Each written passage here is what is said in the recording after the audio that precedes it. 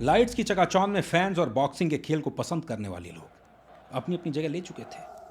2014 के इस Commonwealth games को ग्लासगो में खेला जा रहा था। बेहद खूबसूरत नज़ारा था। रिंग की रोप्स को लांग कर मुक्केबाज रिंग के अंदर आ गए। मीडिया और फोटोग्राफर्स तैनात थे ताकि एक भी पल उनके लेंस से छूट न जाए। रेफरी दोनों बॉक्सर्स के सामने आ गए। तालियां बजनी शुरू हो गई। लोगों के बीच इस बात पर भी बहस होने लगी कि कौन किस पर भारी पड़ेगा। क्या भारत का पलड़ा आज भी भारी होगा? क्या सिल्वर मेडल आज सिक्योर कर लिया जाएगा? लेकिन जो इंडियन बॉक्सर रिंग में था उसे ना तो मेडल की चिंता थी और ना ही लोगों की। वो तो बस बॉक्सिंग करना चाहता था। अपने पांव को रिंग के अंदर उस एहसास को समेटते देखना चाहता था जो अक्सर वो बॉक्सिंग करते वक्त महसूस करता था। अपने हाथों को हवा से बातें करते देखना चाहता था। खुद को जताना चाहता था कि बॉक्सिंग उसके लिए सिर्फ स्पोर्ट नहीं है बल्कि जीने का एक तरीका है। सीटी बजी और भारतीय बॉक्सर ने फिर से वही किया जो वो करता आया था। उसकी टेक्निक और काबिलियत के सामने दूसरा मुक्केबाज दम तोड़ता नजर आया। लेकिन आज उस भारतीय बॉक्सर ने कुछ और भी महसूस किया।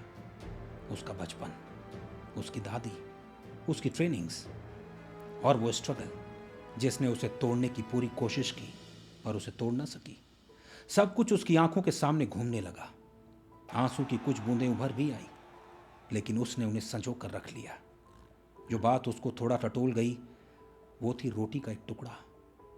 बॉक्सिंग खत्म हुई और रिजल्ट्स आए जिसमें भारतीय बॉक्सर को विनर घोषित किया गया। हालांकि फाइनल मैच अभी बचा था, लेकिन सिल्वर मेडल तय हो चुका था। जिस इंडियन बॉक्सर की मैं बात कर रहा हूं उसका नाम था मनदीप जांगड़ा। वो बॉक्सर जिसने हरियाणा के एक छोटे से गांव सिरसा से अपने सफर की शुरुआत की और 2014 के कॉमनवेल्थ गेम्स में सिल्वर मेडल जीता। वैसे जीत पहली नहीं थी, लेकिन मनदीप के लिए यादगार जरूर थी। कहते हैं नियति हमें उस ओर ले जाती है जिसके लिए हम बने हैं, लेकिन कुछ लोग नियति को उस ओर ले जाते हैं जिस ओर वो जाना चाहते हैं। मनदीप उनमें से एक थे। कौन मानेगा कि तेज तर्रार और स्ट्रांग दिखने वाले मनदीप जब इस दुनिया में आए तो उनका वजन सिर्फ 1 किलो था। माँ, पिता और दादी उस छोटे से बच्चे को देख पूरी तरह इमोशनल हो गए। कैसे बचाएंगे उस बच्चे को? क्या वो बच भी पाएगा? कई प्रश्न थे जो उनके दिलो दिमाग को टटोल गए। पर दादियों को कौन जान पाया है, उनके प्यार के सामने संसार की लगभग सारी मुसीबतें घुटने टेकने लगती हैं। मनदीप की दादी कवच की तरह उनके सामने खड़ी हो गई। ऐसी परवरिश की कि मनदीप का वजन कुछ ही दिनों में सामान्य हो गया। पर कम कष्ट न झेले थे उन्होंने। न जाने वो सुबह उठकर कितने पापड़ बेलती ताकि बकरी के दूध का इंतजाम हो सके। वो बच्चा दादी के प्यार और लाड़ में जीने लगा। गरीबी के चलते मनदीप के पिता और मां को हिसार शिफ्ट होना पड़ा। वहीं मनदीप सिरसा में दादी के साथ ही रह गए। दादी अब मनदीप की पूरी दुनिया थी। समय बीता और जब मनदीप के माता पिता उन्हें लेने आए तो वो दादी का साथ छोड़ने को तैयार थे ही नहीं। किसी तरह बैला फुसलाकर बच्चे को पिता बस स्टैंड ले गए। लेकिन जाते वक्त दादी की बूढ़ी आंखों को मनदीप ने बारीकी से देखा। जो चमक वो उनकी आंखों में देखता था अब वो गायब थी। अब कौन रहेगा दादी के साथ? कौन दादी के पीछे पीछे दौड़ेगा? कौन दादी का हाथ पकड़े गांव घूमेगा? वो तो अकेली पड़ जाएगी। इस सोच ने मनदीप को बस में चढ़ने तो दिया पर आगे जाने नहीं दिया। चलती बस से वो बच्चा कूद कर वापस घर दौड़ आया।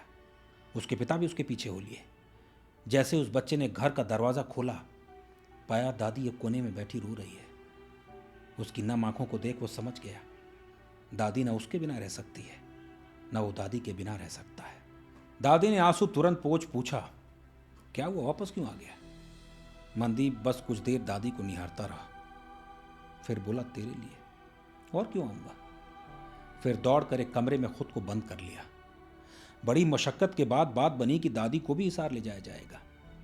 हिसार में थोड़ा समय तो लगा मनदीप को एडजस्ट होने में, लेकिन पढ़ाई में वो कभी पीछे नहीं थे। कंपटीशन उन्हें अक्सर आगे की ओर धकेलता और अच्छा परफॉर्म करने की चाह उन्हें बचपन से कूट कूट कर भरी थी। एक दिन कुछ स्टूडेंट्स जो बिल्कुल पीछे बैठे थे उन्होंने मनदीप को बॉक्सिंग नाम के स्पोर्ट्स के बारे में बताया। जानता है मुक्केबाजी करते हैं, यह सिर्फ स्ट्रांग लोगों का गेम है। जहां मनदीप दुबले पतले और थोड़े कमज़ोर दिखने वाले स्टूडेंट थे, वहीं उनमें कॉम्पीट करने की लालसा पूरी थी। उनकी सोच उनसे आगे तक पहुंच गई। जब ये कर सकते हैं तो मैं क्यों नहीं? मार्क्स तो मैं इनसे अच्छे लेकर ही आता हूं, फिर क्या था।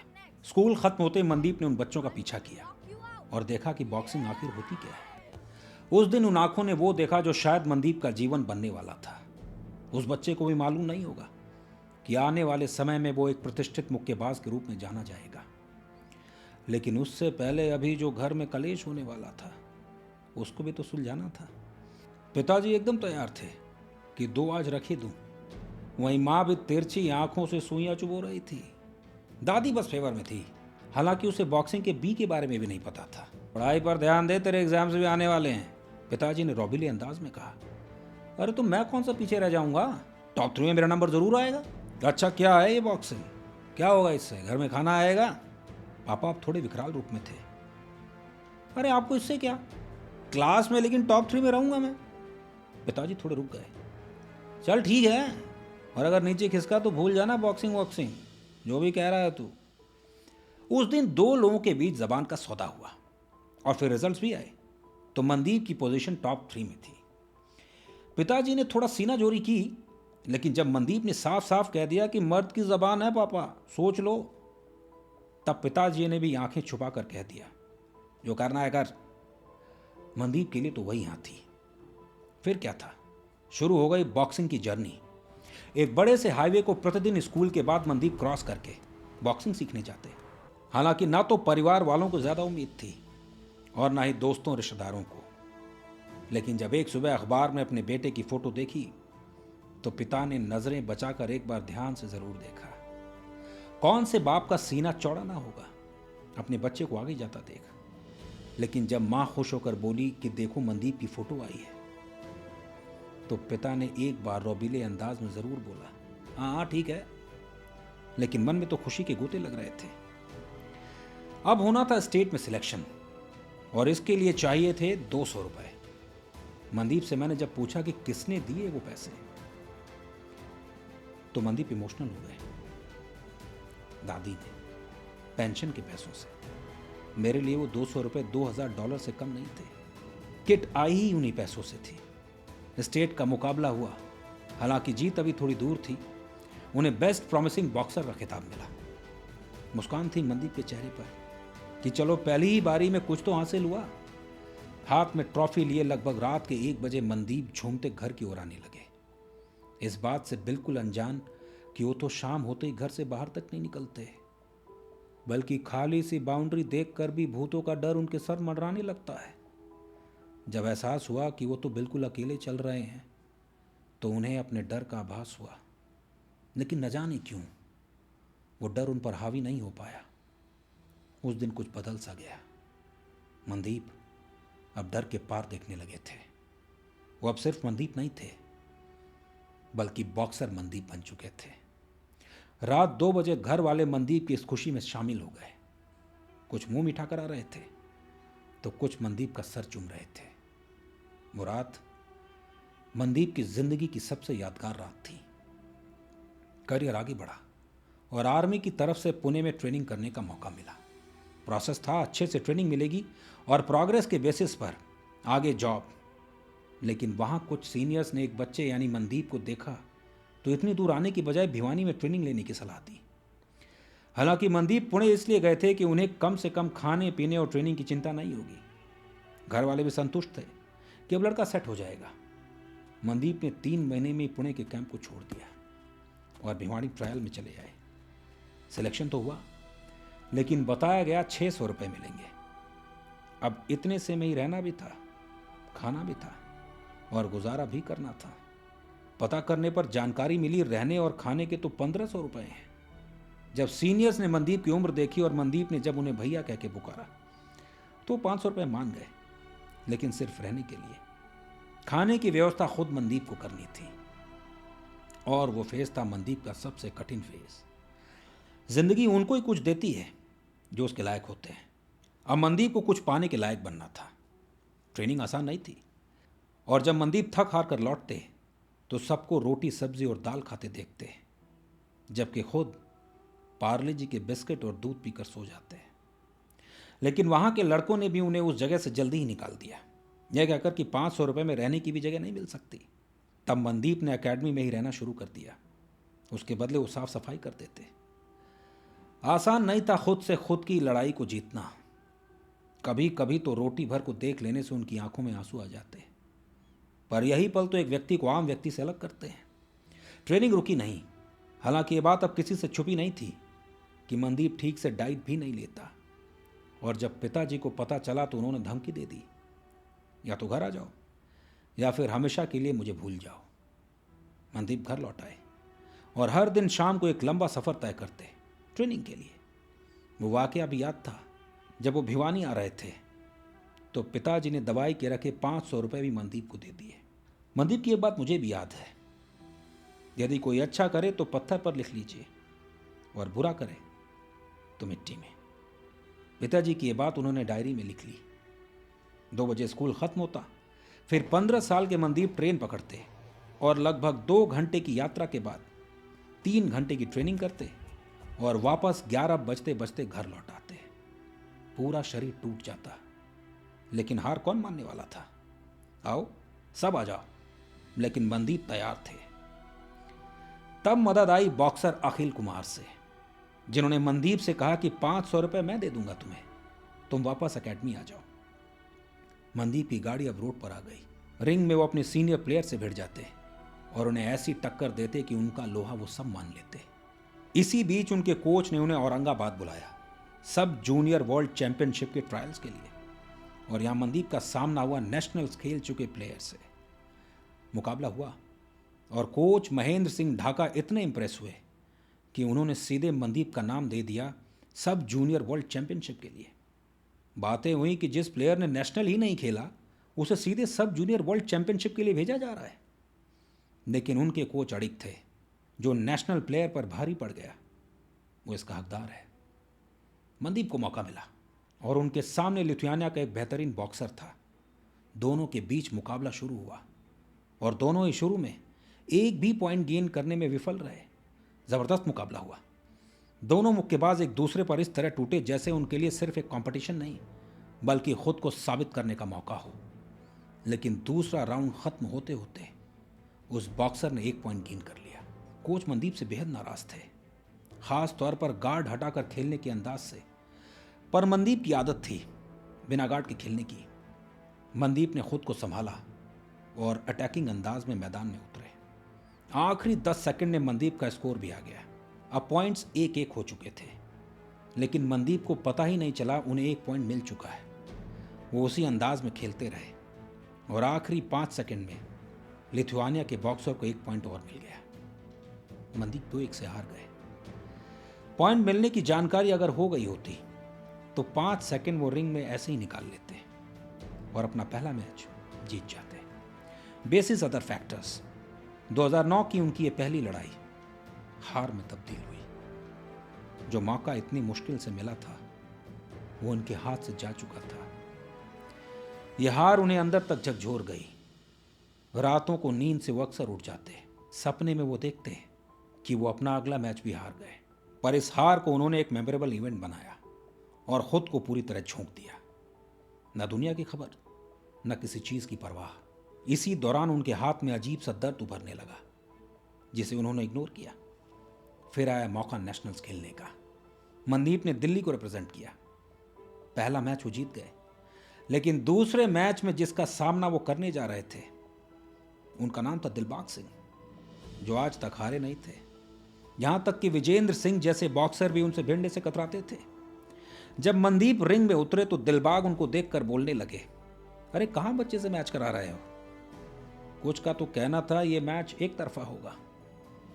मैच शुरू हुआ और दिलबाग सिंह को समझ आ गया वो बच्चा आगे एक इतिहास रचने वाला है। हालांकि मनदीप हार गए, लेकिन आगे कई नेशनल गेम्स में इन्होंने गोल्ड और सिल्वर जीता। मनदीप कुछ दिनों में नेशनल चैंपियन बन गए, लेकिन हाथों का दर्द अब बढ़ गया था। समय नहीं था दर्द को महसूस करने का। फिर मौका आया एशियन गेम्स का और ट्रायल के दौरान उनकी भिड़ंत फिर से दिलबाग सिंह से हुई, लेकिन इस बार पलड़ा मनदीप का भारी था। दिलबाग सिंह को हराकर उन्होंने मौका पाया भारत को एशियन एमेच्योर बॉक्सिंग चैंपियनशिप में रिप्रेजेंट करने का। उसके बाद मनदीप को रोक पाना लगभग नामुमकिन था। जहां जहां उनके बॉक्सिंग ग्लव्स हवा से बातें करते, वहां वहां उन्हें जीत मिलती जाती। 2013 के एशियन चैंपियनशिप में सिल्वर जीतने के बाद एक रोज उनके हाथ का दर्द इतना बढ़ गया कि सामान उठाना भी मुश्किल होने लगा। यहां किस्मत ने एक बार फिर उन्हें चुनौती दी। डॉक्टर को दिखाया तो पता चला हेयर लाइन फ्रैक्चर था, जो इग्नोर करते आए थे, और अब काफ़ी बढ़ गया है और हाथ की हड्डी गल गई है। सर्जरी करनी पड़ेगी और पूरे चांसेस हैं वो वापस बॉक्सिंग नहीं कर पाएंगे। मनदीप ने निर्णय लिया वो दर्द में ही लड़ेंगे, सर्जरी नहीं करवाई। यही वो क्षण था जब उन्होंने किस्मत की आंखों में घूर कर देखा और कहा, तुम आओ, मैं भी तैयार हूं, हो जाए दो हाथ। 2014 के कॉमनवेल्थ गेम्स में उन्होंने फिर से सिल्वर जीता। 2015 में उन्हें अर्जुना अवार्ड से सम्मानित किया गया और 2016 के साउथ एशियन गेम्स में मनदीप ने गोल्ड जीता। ओलंपिक्स था अब अगला लक्ष्य, पर हाथ का दर्द बर्दाश्त के बाहर हो गया और मनदीप को सर्जरी के अलावा कोई ऑप्शन न दिखा। जहां पहले एक हड्डी गली थी, अब 3 हड्डियां गल चुकी थी। लेकिन डॉक्टर ने बताया 50-50% चांसेस हैं कि वो रिकवरी कर पाएंगे और बॉक्सिंग फिर से रिज्यूम कर पाएंगे। डूबते को तिनके का सहारा।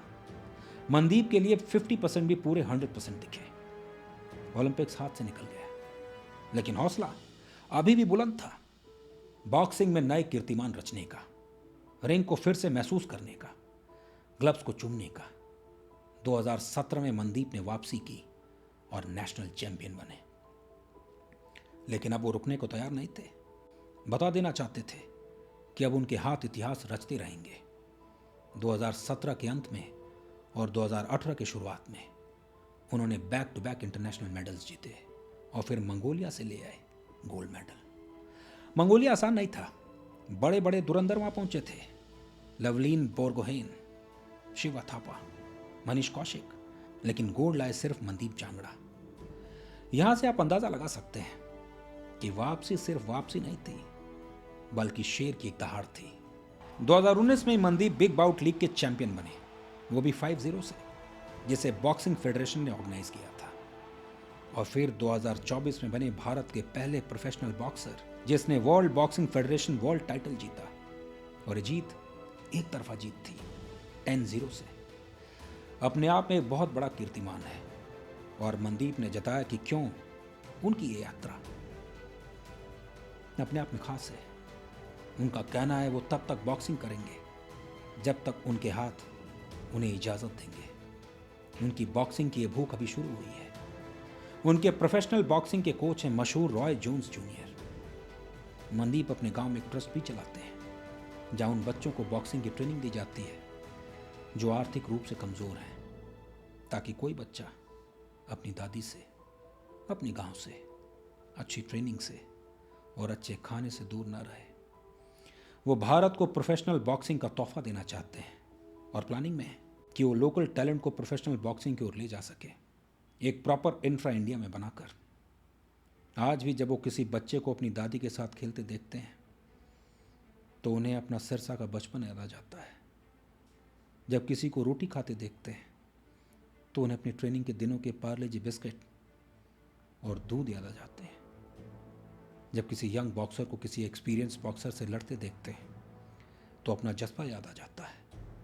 जब खुद को आईने में देखते हैं तो मनदीप याद आ जाता है, जो बस आगे बढ़ना चाहता है, दुनिया को दिखा देना चाहता है वो एक गांव का बस एक साधारण लड़का है जो ना तो डर को जानता है और ना झुकना जानता है। मैं हूं कहानीकार सुधांशु राय और ड्रीमर्स के दूसरे एपिसोड में हमने मनदीप जांगड़ा की कहानी सुनाई, जो एक काबिल बॉक्सर है। आएंगे हम फिर से एक नए एपिसोड के साथ, एक नई आइकन के साथ।